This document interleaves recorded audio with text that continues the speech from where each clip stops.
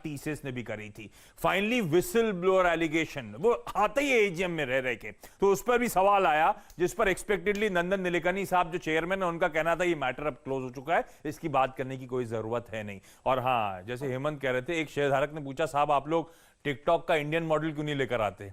तो उसमें smartly Infy ने जवाब दिया कि हम कोशिश करेंगे, ऐसे आइडियाज वेलकम है, सजेशंस हम बनाने की कभी कोशिश करेंगे। मतलब वो मस्ती मस्ती में बात हुई, लेकिन इंटरेस्टिंग था, किसी ने सवाल उठाया। बिल्कुल, तो ये बढ़िया था। देखिए, और आपको एजीएम में जाने के लिए अगर आप किसी वजह से कनेक्टिविटी नहीं कर पाते हैं तो आशीष ने बेड़ा उठा लिया है आपके बिहाफ पर कि वो एजीएम सुनकर आपको बताएंगे, और ये तो उनका सेक्टर है।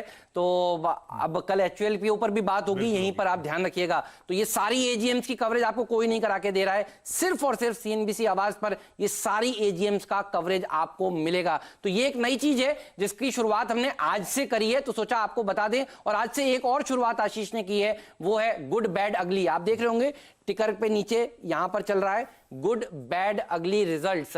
तो एक तरीका है आपको बहुत सारे नतीजे एक साथ पढ़ के बता दिए जाएं, और एक तरीका है आपको अच्छे वाले पहले बताए जाएं, फिर थोड़े खराब वाले बताए जाएं, फिर बहुत खराब वाले बताए जाएं। तो सेग्रीगेट किया गया है ताकि आपको आसानी हो। ये दो नए काम हमने किए और हर रोज हम कुछ कुछ नए काम करते रहेंगे ताकि आपका फायदा और पक्का हो जाए। चलिए, राजेश सतपुते जी ने तो इन्फोसिस पे अपना टारगेट दे ही दिया था, उन्हीं से पूछते हैं क्या लक्ष्य बढ़ाएंगे या मुनाफा वसूल करेंगे राजेश जी। उसके बाद फिर मयूरेश जोशी जी से भी जानेंगे कि उनको कैसी लगी एजीएम।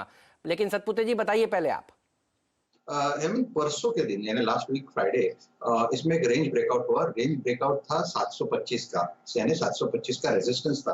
अगर टेक्निकली देखें तो इसमें प्राइस एंड वॉल्यूम्स दोनों मिले हैं, और अगर ओपन इंटरेस्ट देखे तो यहाँ पे ओपन इंटरेस्ट में इजाफा ही हुआ है। तो मेरे हिसाब से हेमंत, आज सुबह खुलते ही अगर प्रॉफिट बुकिंग का थोड़ा बहुत शिकार होता है तो वो एक बाइंग अपॉर्चुनिटी होगी। मेरे हिसाब से हेमंत, इसका टारगेट कम से कम 800 का होना चाहिए। तो 800 के टारगेट के लिए मेरे हिसाब से it's a clear cut buy on dip strategy रखे। अगर आपने लिया है पोजीशन और आप उसे कंटिन्यू करना चाहते हैं तो आपका स्टॉप लॉस होगा 720 का, और इस ट्रेलिंग स्टॉप लॉस के साथ ये जो रैली है इसे राइड करें। चलिए, तो इसके ऊपर तो नजर होगी, लेकिन मयूरेश जी आप बताइए इन्फी में आप क्या करना चाहते हैं। और इन्फोसिस के साथ साथ हमने देखा टीसीएस जैसे स्टॉक्स भी शुक्रवार को भाग गए। सेक्टर सबसे बढ़िया जो चल रहा था वो तो यही था। बिल्कुल हेमंत जी, और मेरे ख्याल से आई थिंक जो एक कमेंट्री आई है इसमें कि कोविड रिलेटेड इंपैक्ट जरूर आ सकता है, बट कोई डील कैंसिलेशंस देखे नहीं गए हैं और देखे नहीं जाएंगे। So that's a huge positive, क्योंकि अनसर्टन माहौल में अगर डील की सैंक्टिटी बरकरार रहती है और एग्जीक्यूट कर पाते हैं, तो जो डॉलर रेवेन्यू ग्रोथ है या कांस्टेंट करेंसी ग्रोथ है because of their order book, ये बरकरार रहने की उम्मीद है। क्योंकि अगले 2 से 3 तिमाहियों में ऑर्डर इन्फ्लोज थोड़े I think trickle down effect आने के संभावना रखते हैं।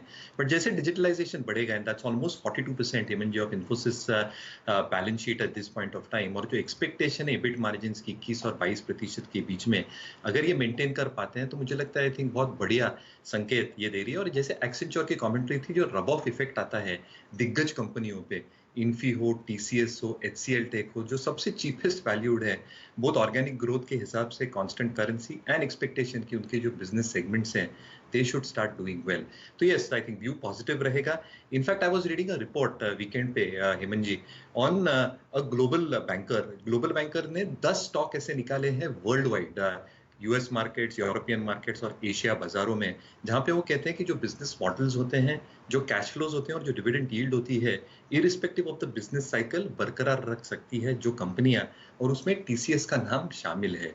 एक लाइटर नोट पे जो टिकटॉक की बात कर रहे थे, आई थिंक चिंगारी ऐप डाउनलोड करके देखिए, बहुत जबरदस्त है। वीरू, चिंगारी ये आपके लिए है, एक बार डाउनलोड करके बताइएगा रिव्यू कल।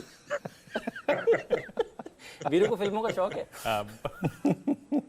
एक से एक ऐप है, एक से एक ऐप है भाई साहब। अच्छा, हेमंत ने जो बात कही थी ना आईटी पे, वो याद रखिएगा। अभी कुछ देर पहले जो एसेंचर के नतीजे थे, उसके बाद बहुत सारे हेमंत जो ट्रेडर्स थे ना, वो आईटी पे शॉर्ट थे, और वो शॉर्ट ट्रैप हैं।